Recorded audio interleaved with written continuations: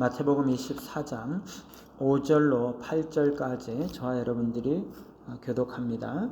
5절입니다. 많은 사람이 내 이름으로 와서 이르되 나는 그리스도라 하여 많은 사람을 미혹하리라.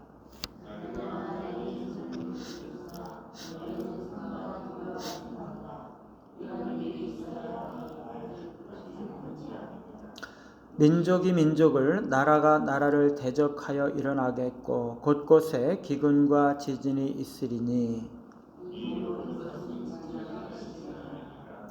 아멘. 세상 끝의 징조라는 제목으로 말씀을 드립니다. 마태복음 24장은 세상의 종말에 관한 제자들의 질문에 대해서 예수님께서 가르치신 내용이죠. 예수님께서 성전이 무너질 것이라고 말씀을 하시자 제자들은 그것이 바로 주님께서 임하실 때이고 세상의 종말일 때일 것이라고 생각을 했습니다. 그러나 제자들의 질문에 대한 예수님의 대답은 예루살렘 멸망에 대한 가까운 미래 예언과 또 세상 종말에 관한 먼 미래 예언이 함께 섞여져 있습니다. 이것은 선지자들의 예언 방식의 아주 중요한 특징이죠. 선지자들이 미래에 관해서, 종말에 관해서 예언할 때 가까운 미래와 먼 미래가 함께 보이기 때문에 그 두 가지를 구별하지 않고 함께 예언하는 경향이 있기 때문입니다.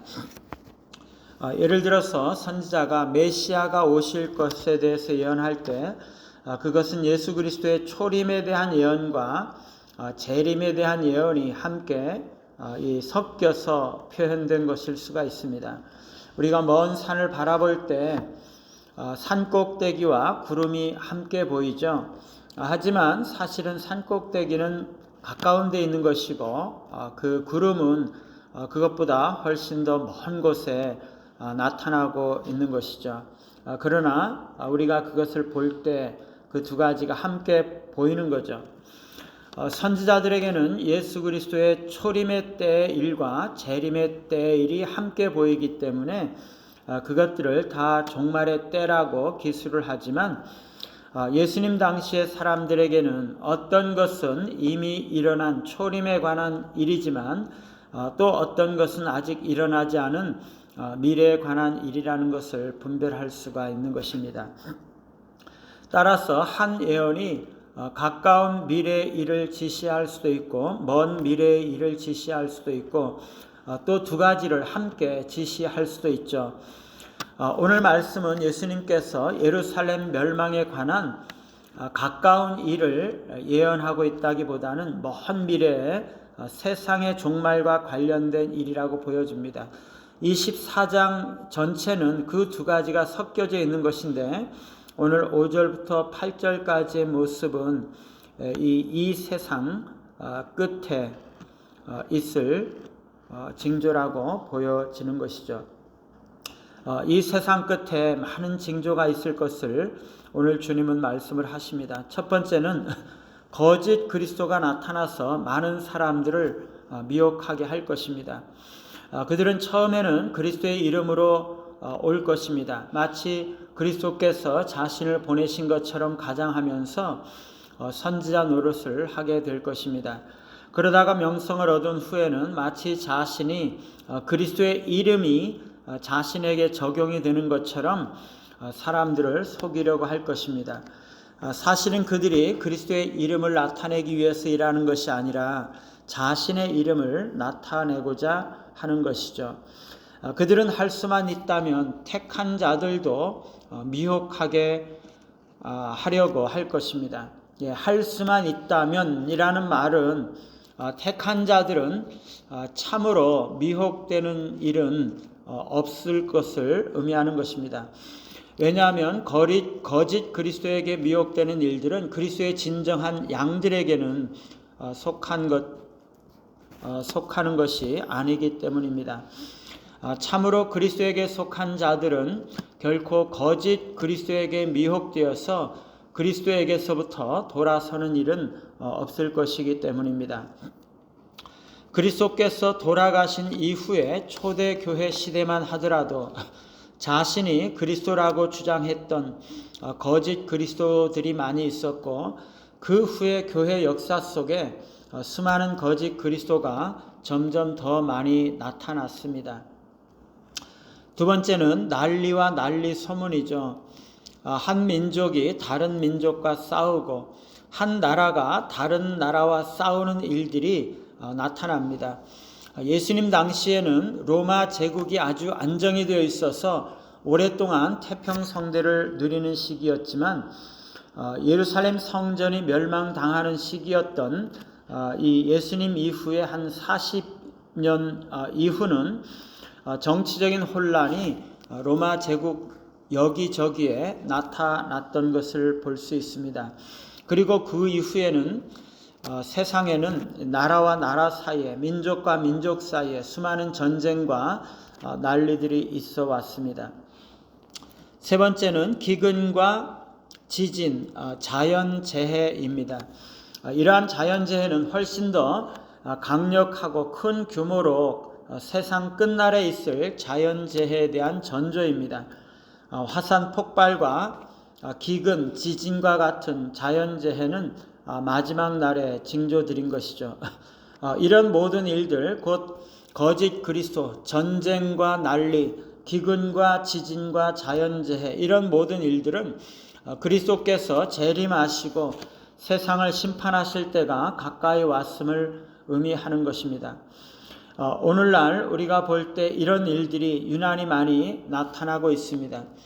그래서 우리는 이런 일들을 보면서 예수님께서 다시 오실 이 세상의 마지막이 멀지 않았음을 알아야 합니다. 그리스도께서 온 세상을 심판하실 날이 곧 오고 있는 것이죠. 그러나 이런 일들이 끝이 정확하게 언제인지 알려주는 것은 아닙니다. 사실은 그리스도의 초림 이후에 이런 모든 일들은 역사 속에서 계속 있어 왔습니다. 그리고 이런 일들이 점점 더 많아지고 있는 것도 사실이죠. 이 모든 것은 마지막 때에 대한 징조이기는 하지만 정확한 시기를 나타내는 징조는 아닙니다. 이런 별개의 사건들을 보고 세상 끝이 구체적으로 언제 올 것이라고 말한다면 그것은 잘못된 것이죠. 이런 모든 징조들은 예수님의 부활 승천 이후에 인류의 역사 속에서 계속적으로 있어 왔던 일입니다. 마지막 때가 사실은 예수님의 초림 때부터 재림 때까지 전 기간을 말하는 것입니다. 예수님께서 부활 승천하신 때부터 마지막 때가 시작이 되었고, 재림의 시기까지 마지막 때는 계속되고 있는 것이죠. 그래서 구체적으로 세상이 끝나는 시점이 언제일지는 아무도 모릅니다. 그 정확한 시점은 예수님께서 가르치려고 하셨던 것이 아니고 심지어 아들조차 모르는 것이라고 주님께서 말씀을 하셨습니다. 다만 우리는 그런 징조의 일들을 볼 때마다 주님께서 다시 오셔서 심판하실 날이 아주 가까이 왔음을 깨닫고 경각심을 가지고 그날을 위해서 준비하며 깨어 있어야 하는 것입니다. 그런 일들이 있어야 하지만 끝은 아직 아니고 그 모든 일들은 재난의 시작일 뿐입니다. 주님은 우리가 그런 사건들을 대할 때마다 두려워하지 말라고 말씀을 하십니다. 왜 두려워하지 말아야 할까요? 첫째는 그런 모든 일들이 일어날 것이라고 그리스도께서 예언하신 것이고, 우리는 그런 일들이 일어날 것임을 기대하고 있어야 했기 때문입니다. 그것은 하나님께서 역사를 주관하시고 계시다는 것을 보여줍니다. 하나님은 우리를 위해서 지정하신 일들을 수행하실 것입니다. 새로운 건물이 지어지기 위해서는 옛 건물이 허물어져야 하는 것처럼 우리는 그런 일들이 일어남으로써 새로운 세상이 올 것을 기대할 수가 있습니다. 두 번째는 그런 일들이 일어나더라도 아직 끝이 아니기 때문입니다. 우리는 이런 일들을 당할 때마다 여전히 더 큰 어려움이 닥칠 것을 예상해야 합니다. 아직 끝이 아니기 때문에 시간이 지속되는 동안 우리는 더 큰 고통이 닥칠 것을 예상하고 기대해야 합니다. 그래서 하나의 재난이 찾아올 때마다, 하나의 고통이 찾아올 때마다 또 다른 고통과 더 큰 재난이 올 것을 우리는 기대해야 하는 것입니다.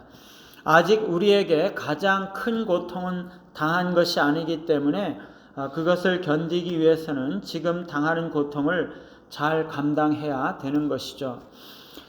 오늘날 이 세상 속에서 거짓 그리스도와 이단들이 횡행하는 것을 보면서, 그리고 난리와 전쟁의 수많은 소문을 들으면서, 그리고 지진과 기근과 자연재해를 경험하면서 우리는 그리스도께서 아주 가까이 오셨음을 깨닫고 깨어 기도하며 더욱 주님께로 가까이 나아가심으로써 기름을 준비한 5 처녀와 같은 깨어있는 삶을 사시는 우리 모두가 되시기를 간절히 바랍니다. 찬송가 175장입니다.